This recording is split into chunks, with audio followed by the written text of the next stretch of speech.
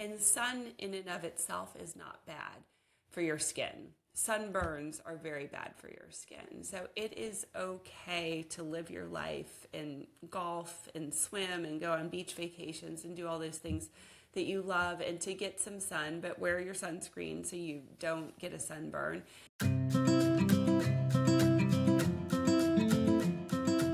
Welcome back to the Push Pause to Heal podcast. I'm your host, Dr. Emily Rodersheimer. On this podcast, we explore health from the inside out, starting with the foundations, connection, and the conditions that allow the body to heal. And today's guest is just perfect for my podcast. Dr. Angela Sanfilippo Casey is a double board certified dermatologist and micrographic dermatological surgeon, also known as Mohs surgery, with a focus on skin cancer and cosmetic dermatology. She is a partner in a private practice center for surgical dermatology here in Columbus, Ohio. She is assistant program director and the head of dermatologic surgery for the Ohio Health Dermatology Residency Program.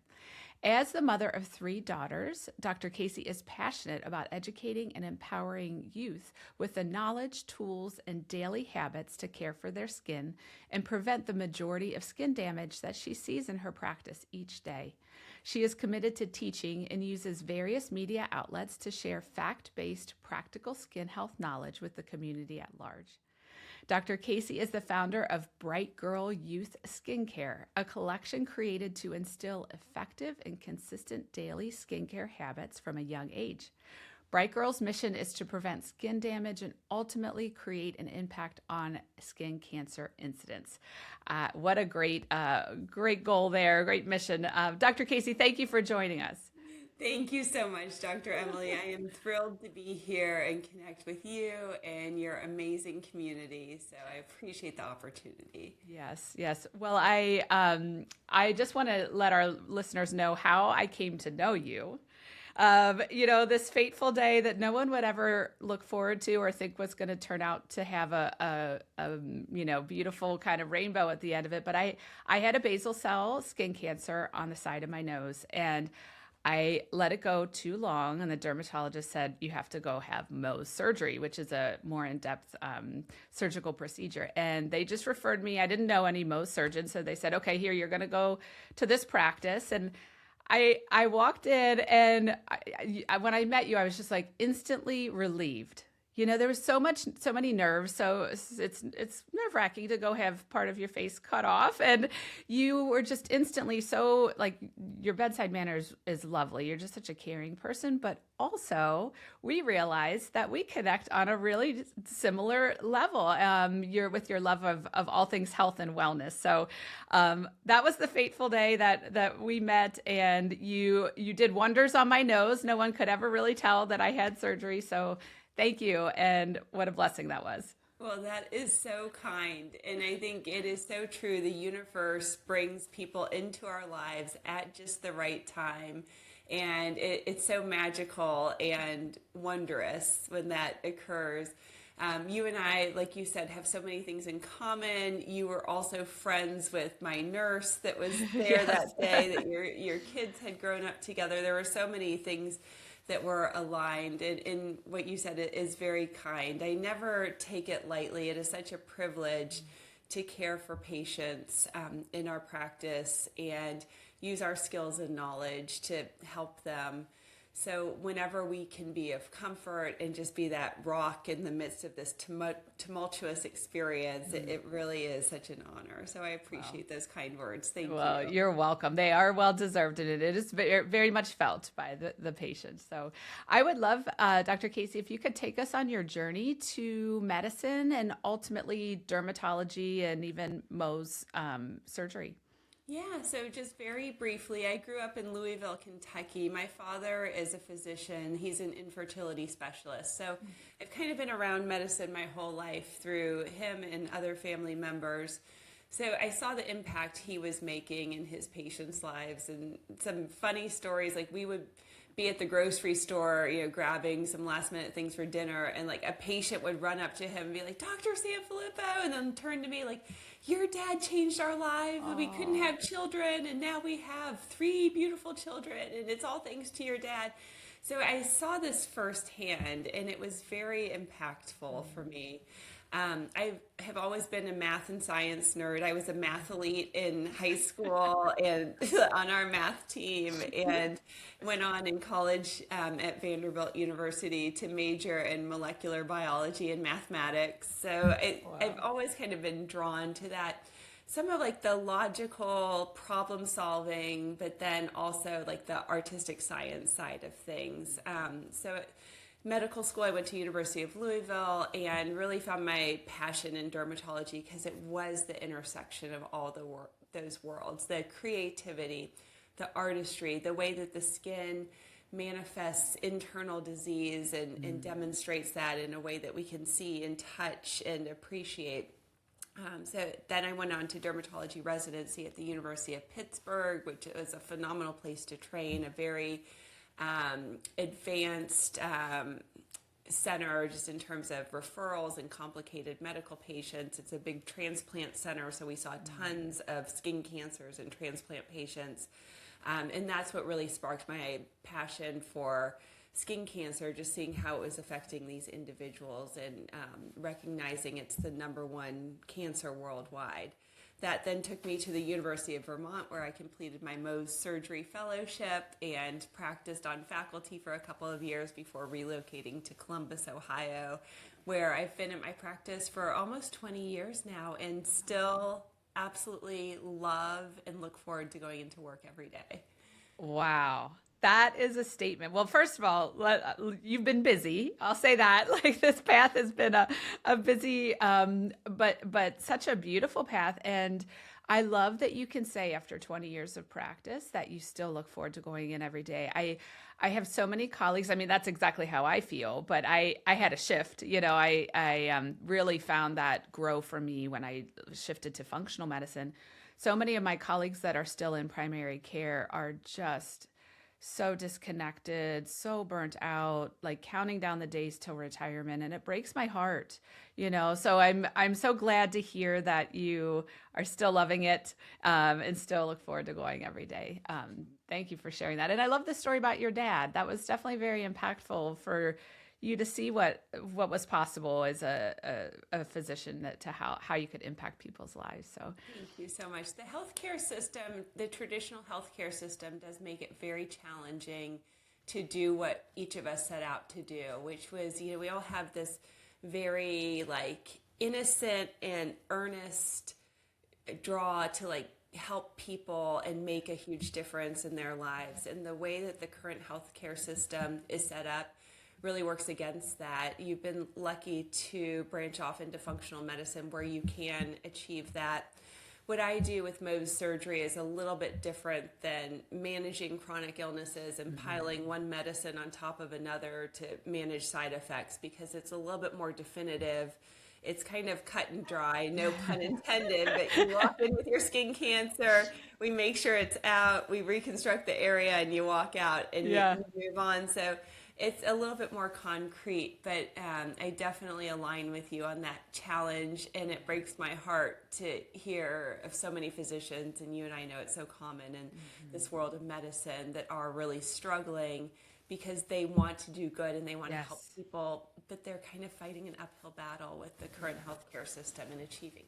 Exactly. Exactly. Yes, I think every doctor, you don't go through all the training without a real desire to help people. But yeah, it's just been.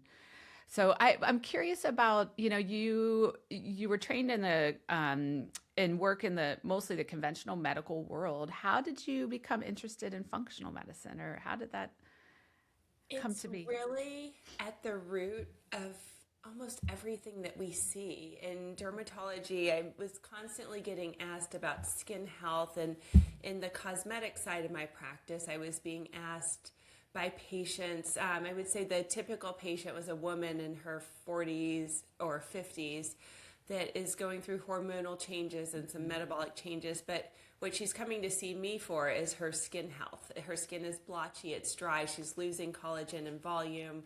And I recognize how fundamental all of the internal aspects, metabolic health and blood sugar, blood glucose regulation, is muscle strength, how core that is to reaching your skin health goals.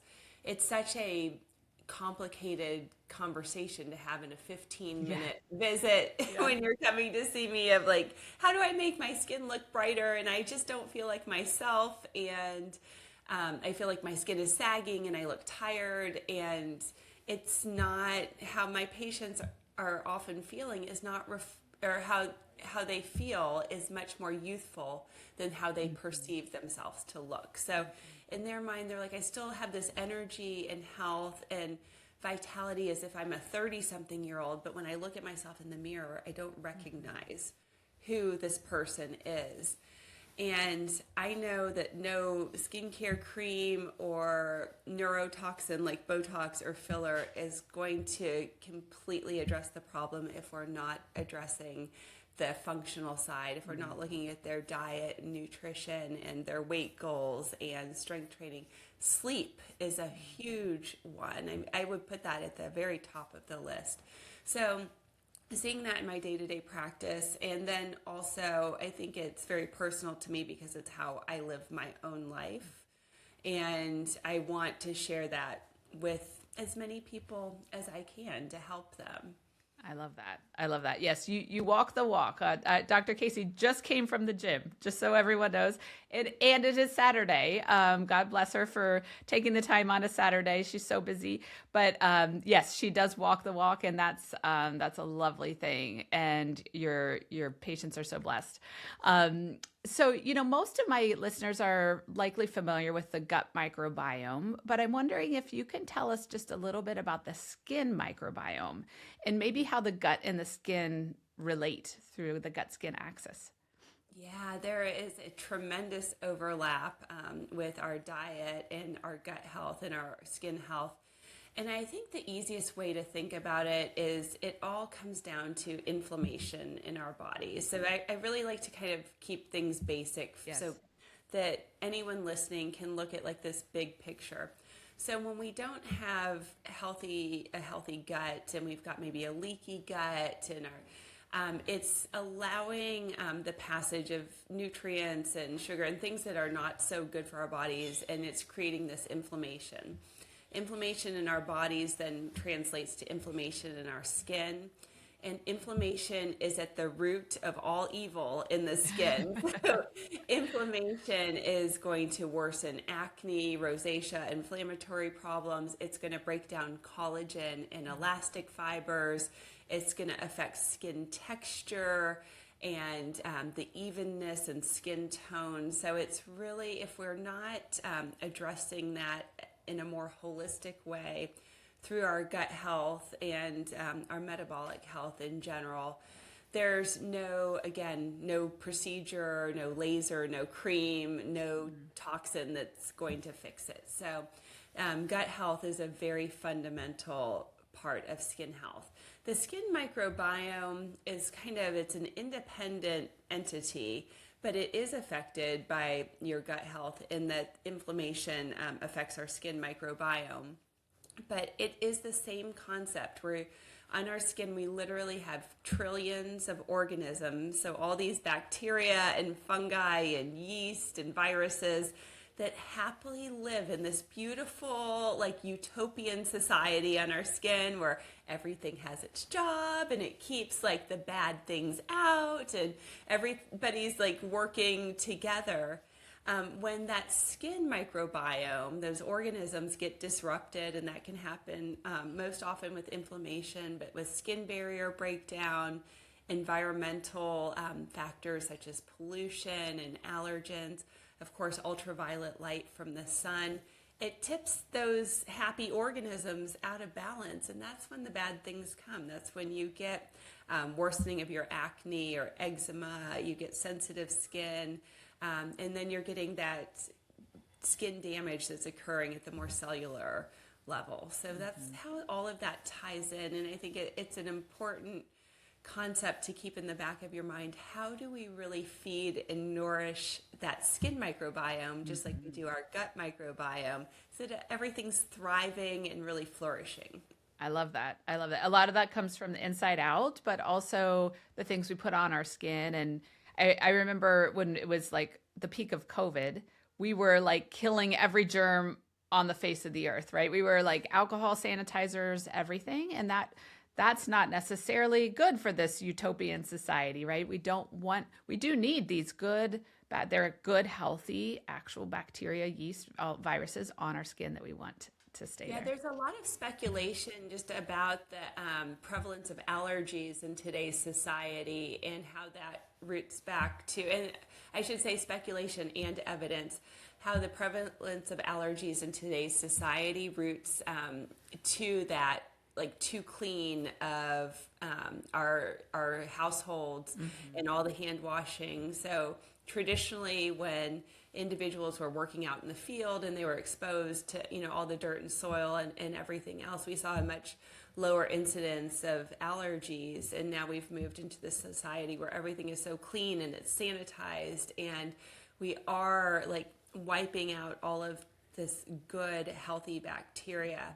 And it's not unlike when we take an antibiotic and it wipes out everything in our gut, and it's just it's so detrimental to our overall health. Yes, you're treating the infection, and yes, antibiotics are important, and there is a role for them. I use them in my practice when needed, so I don't want anybody to take away the wrong message, but you do have to consider how that's impacting your gut, just like we have to consider how a sanitizer or an alcohol wipe or a topical antibiotic is impacting our skin microbiome.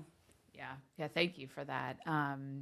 I'd love to shift a little bit into skin cancer, because that is kind of a mission of yours, and how we met. So I think it's a very good time to switch over. Can you tell us a little bit? You mentioned the statistics on how common skin cancer is, and can you dive into that a little bit more? Yeah. So skin cancer is the number one cancer worldwide. In the U.S., it will affect 1 in 5 Americans by age 70. So chances are that you or someone you know will be affected by skin cancer. And skin cancers, actually, the incidence of skin cancer outnumbers all other cancers combined. So when you take breast cancer, colon cancer, prostate cancer, liver cancer, all of those, and you put them all together, skin cancer still outnumbers that in terms of incidence. Now, although it's the most common type of cancer worldwide, it's also one of the most preventable. And I would say in the scale of cancers, skin cancers in general are kind of the least aggressive. They don't have as many health ramifications unless you have a melanoma that's spread, or sometimes a squamous cell carcinoma that's spread. Sometimes we do see some bad basal cell carcinomas, but usually these are very easily treated in office, and the key is early detection and treatment. But I think it's such an important message to your listeners of just how common this entity is, and how very likely it is to affect you or someone you know. Yes. Yeah. I mean, the statistics didn't even realize that myself. So what would you say, and some of this is common knowledge, but I'd love for you to share the best ways to prevent skin cancer. Well, we find when we look at the molecular level that 90% of non-melanoma skin cancer, so those include basal cell and squamous cell carcinoma, are directly correlated with ultraviolet damage. So we know that sun exposure is a major factor. It's not the only factor. Our immune status plays a big role as well, and then genetics plays a role to a lesser extent. But that ultraviolet damage, with that being such a major player in this whole situation, that is something that is an easy habit to put on your sunscreen every day. I recommend a mineral-based sunscreen with an SPF 30 or higher, and just get in the habit of putting that onto any sun-exposed skin. Just like you brush and floss your teeth every day, put your sunscreen on before you go out for the day. And that simple habit adds up to huge long-term dividends. Sun damage and skin damage is cumulative throughout our life. So the sooner you start doing that, the healthier your skin is in the long run. We also, when we look at the studies of when sun damage occurs, the large majority occurs in the first 2 decades of our lives, because as children and teenagers and athletes, students, that's when we tend to be outdoors more. And then we move into adulthood. And for many of us, we're moving to more indoor routines with our jobs, et cetera. Not to say that there aren't some outdoor jobs like construction and, if you work in something like in nature, you're going to be outdoors. But important to just underscore that simple habit, which takes less than a minute, really pays off. We also, it's also important to consider just a more holistic view of, again, the importance of diet and sleep and exercise, just in terms of your overall skin health. And again, that comes back to the inflammation component. So when you're optimizing those aspects of your life and those core pillars, you're really helping to support your skin. When you're getting good sleep, it supports your immune system, which then supports your skin health. So maybe a little bit more challenging to implement all of those compared to putting sunscreen on every day, but I don't want to overlook that. And then the final piece I want to mention is the role of some supplements that are very specifically targeted to skin health. So it's an exciting time of supplement called Polypodium leucotomus. It's marketed under the brand name of HelioCare, and there's another one. It also comes in a gummy. I'm blanking on it, but it'll come to me. But so that is a very specific antioxidant that neutralizes ultraviolet damage. I love to recommend this to my patients before they go on vacation or before the summer months, like anytime they're going to be outdoors a little bit more. It's not a replacement for sunscreen, but it kind of layers on with the sunscreen to help protect that skin. Excellent. And that's, again, an easy thing. You take a pill or you take a gummy. It takes a few seconds to do. No, that's wonderful. And we can link to that supplement in the show notes so our listeners can find that. That's amazing. Yeah. Thank you. As we think about putting on sunscreen, can you help up with, because we do want vitamin D as well. So there's a little bit of a, how do you suggest? Are there certain hours that are better to be outside and having our sun exposed, or do we get enough vitamin D even with our sunscreens on? Yeah, so that's a tricky thing. Okay, it's Inner Glow is the name of the vitamin. Perfect. Thank you. And that was actually a dermatologist founded brand. It's phenomenal. So vitamin D and sun exposure. The American Academy of Dermatology really advises against utilizing the sun as your source of vitamin D. Okay. The reason for that is because there's so much variability depending on what latitude you're at, what time of year it is, how much sun you have, how much skin you have exposed to the sun, and how what time of day it is. So there are just too many factors and too many variables that come into play for the AAD to say you should be outside for 10 minutes at 10 a.m. with your arms and your legs exposed. Sure. We just don't have a recommendation along those lines. Sure. So that makes sense. I am very much an advocate of being outdoors because sun is undoubtedly so important for our metabolic health, our circadian rhythm, our vision health. There are so many benefits, and sun in and of itself is not bad for your skin. Sunburns are very bad for your skin. So it is okay to live your life and golf and swim and go on beach vacations and do all those things that you love and to get some sun, but wear your sunscreen so you don't get a sunburn.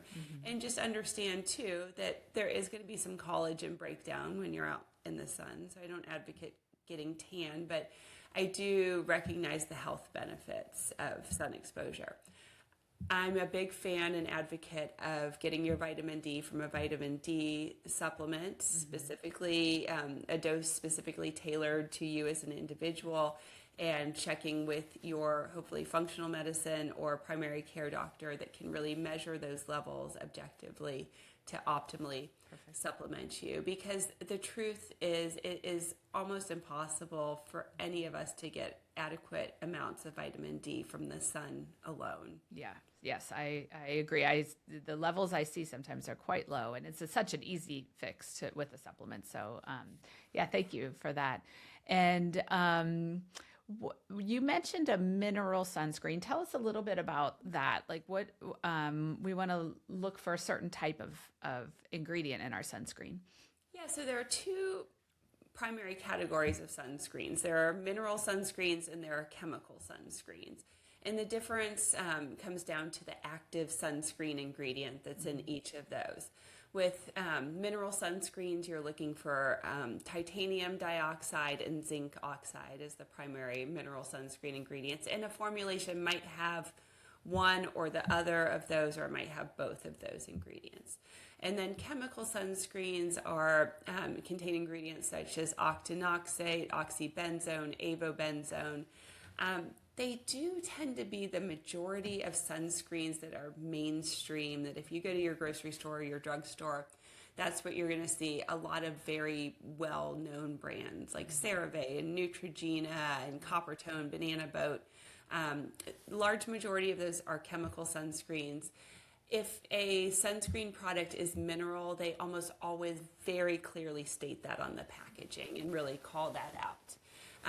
The reason that I recommend mineral sunscreens is a fewfold. First of all, they are much less irritating to the skin compared to chemical sunscreens, and especially on the face. If you get a mineral sunscreen around your eyes, it's not going to hurt your eyes. If you get a chemical sunscreen by your eyes, if anybody has experienced that, it stings and burns, and it can burn for hours, and it is a very, very uncomfortable experience. It can really ruin a day on vacation if that happens. So I just don't ever like to use chemical sunscreens on the face. And also because so many of my patients have some baseline rosacea or skin sensitivity or acne, and that chemical sunscreen just adds fuel to the fire. Sure. So that's one thing. Secondly, the mineral sunscreens that contain the zinc oxide and titanium dioxide offer the most comprehensive UVA and UVB protection of any sunscreen ingredient.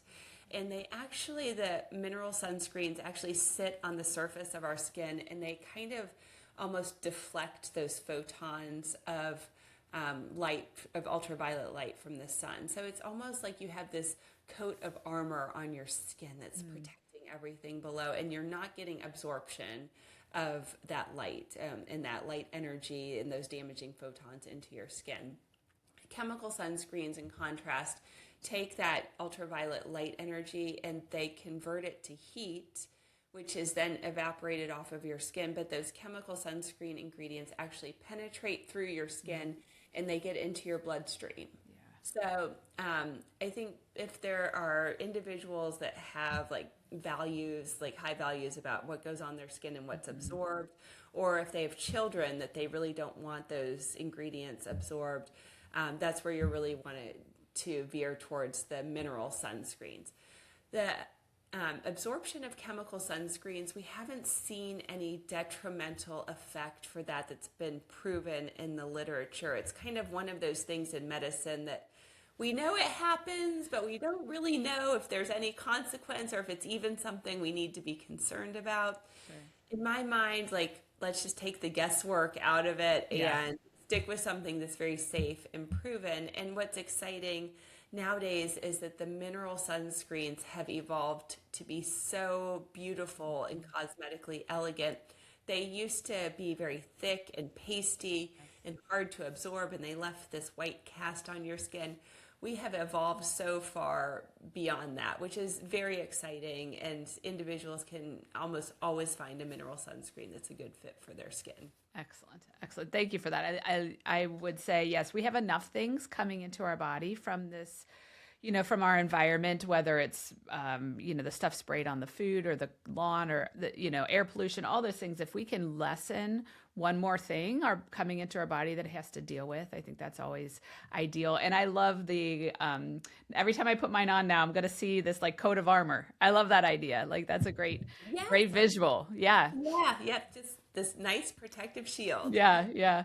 Well, Dr. Casey, I would love to talk about another passion project of yours, which I'm just blown away. Don't know, in your spare time, outside of like curing skin cancer day in and day out and taking care of yourself, you created a clean skincare line for young women called Bright Girl. And so I would love for you to tell us a little bit about how that came about and what your mission is with that. Yeah, absolutely. It was really inspired by my own 3 teen and tween daughters and seeing this disconnect in skincare products, what I knew as a dermatologist were healthy and good for their skin and that they needed to apply, and then what they were drawn to. Because, of course, our young people are very influenced by social media and they're very sensory. So they like products that feel good and smell good and they're in cute packaging and maybe there's some sparkle or glitter. And I know as a dermatologist that many of the skincare products that have those qualities are actually very harmful for the skin. So I thought there has to be like a happy medium of a skincare line that's going to be very appealing to them and also very good for their skin. And I searched and searched for it and I never found it. So back in 2019, I said, I'm going to go out and create this. And along with my girls as the inspiration, I took inspiration from my patients that I was seeing every day who I had this common refrain of, I don't know how to care for my skin. I never knew how to take care of my skin. When I was a teenager, we didn't have any products that were tailored to teen skin. And then you add that to the fact that teen skin and tween skin is very distinct in its properties. So the skin barrier is not fully developed in our teens and tweens. And the skin microbiome that we talked about earlier is still very much in this evolving and growing process that's very impacted by hormones and other environmental factors and just their immune systems and their young age. So when you're creating skincare for them, you really have to take all of that into account. But what's probably most important to them is that it looks cute and it smells good and that the packaging is appealing. Yep. And that the experience of using it just blows them away. Like when they put on that sunscreen, they are like, this feels so good and my skin looks so radiant afterwards. So you've got to kind of incorporate all of that in. At the heart of Bright Girl, we are very much about educating the users and our audience about the importance of skincare, educating about ingredients and how they work on the skin, and kind of bringing that knowledge into the picture because that really helps that those habits stick for our young people. And then ultimately, when we see young people adopting these habits from an early age, we can have a significant impact on the skin damage and skin cancer epidemic that we talked about earlier. I love that. I love that. And what better inspiration than your own family? That's perfect. I will say, like, and I see them behind you on your shelf, but I have a lot of look at the packaging of these beautiful products that feel, just like you said, they feel as good going on as any other product. They're beautiful. They smell good. This is my favorite, this sunscreen. It's so hard to find, like you had mentioned, the mineral sunscreen that really you can put on your face and it's not showing up, right? It's this one is just, it goes on so smoothly. My skin is so soft. And yes, I think of you every morning when I put that on. And because as much as I would love to come hang out with you, I don't want to need your care again. Right. Yeah. Let's not meet again in my office. Yeah, exactly. Well, I love that. And I noticed on your website, on the Bright Girl website, which I'll link in the notes as well, I would highly encourage our listeners to give it a try. You don't have to be a teenager to use them. That you have a list of no, you call it the no thank you list, the ingredients that aren't invited into your products, things like phthalates and parabens and sulfates. And I just love, like, your company takes that extra step, which is just so wonderful. So I guess I want to say thank you. And I don't know if you wanted to chime in there on that at all. Well, as a dermatologist, I know what the clinical studies show about ingredients that are potentially harmful to the skin. What are the most common allergens? What are the most common skin barrier disrupting ingredients? And then we know, of course, the importance of these hormone disruptors that are often found in our personal care products. So in my mind, like, why not take all of that guesswork out for us as individuals, for us as parents, and deliver a line that is free of all of those with formulations that are so exceptional. You mentioned that they feel good when you put them on. The reason is because when I was creating these and working with our cosmetic chemist team, my benchmarks were like the best of the best dermatologist grade products that I had tried over the years. So these are like the face creams that are like $90 that we For sell the at our tiny little, office. But I'm yeah. like, nobody is going to pay $90, but we have to make it feel and smell and the experience as good as that really, really fancy product and that really fancy cleanser. So taking all of that into account, but making those formulations, like I said, clean and that they're free of all of those ingredients. So because it can be so confusing when you go to a beauty retailer Oh, or a for department sure. store, or you go on Amazon and there are just thousands of brands. Like, let's deliver something that's so safe and effective. We've done full clinical studies demonstrating the safety of Bright Girl products down into the teen and tween population. So as you mentioned, not only are these great for adults, but it's something that a mother, a daughter, and or grandmother and granddaughter can share in this experience together. I joke that it's the skincare that I steal from my daughters instead of the other way around. Oh, For that's years, they were perfect. always coming into my bathroom and taking, all the fancy Yes. products. Like, now I'm like, I'm out of my Bright Girl moisturizer. I I love gotta that take too. Well, I will tell you that I had to steal some of these products out of my son's bathroom.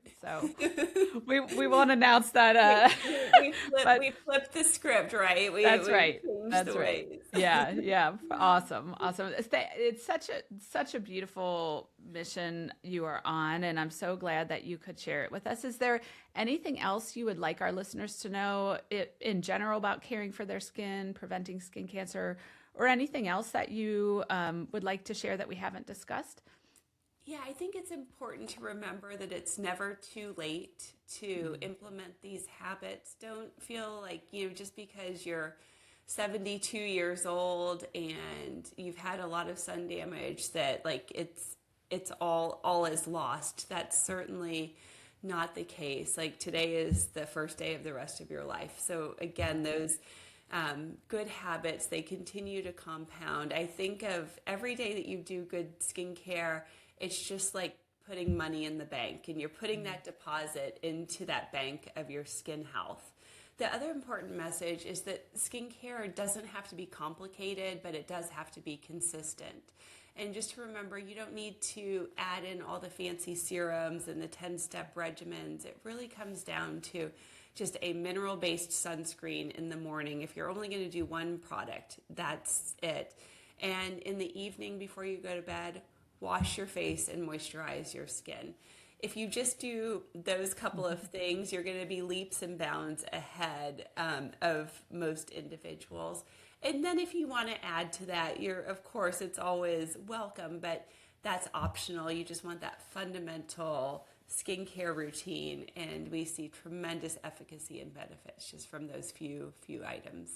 I love that. That's excellent. Thank you for sharing that. And we're are obviously, well, we hope our listeners don't need to find you for Mohs surgery, but if they want to find you and follow you, what you're up to as far as prevention and your beautiful skincare line, what's the best place for them to find you? Yes, you can find us on our website, which is just brightgirl.com, and it's spelled just like it sounds, BRIGHTGIRL.com, all one word. And then you can find us on social media at Bright Girl Beauty, all one word. Awesome. Awesome. I love those posts. There's some cute ones in there. Thank you. Well, thank you so much. And I would love to say that if today's podcast resonated with you, please help Dr. Casey share her amazing message and her mission with others, and send this to a friend. Help us get the word out and spread the healing. And Dr. Angela Casey, thank you so much for being here. Thank you, Dr. Emily.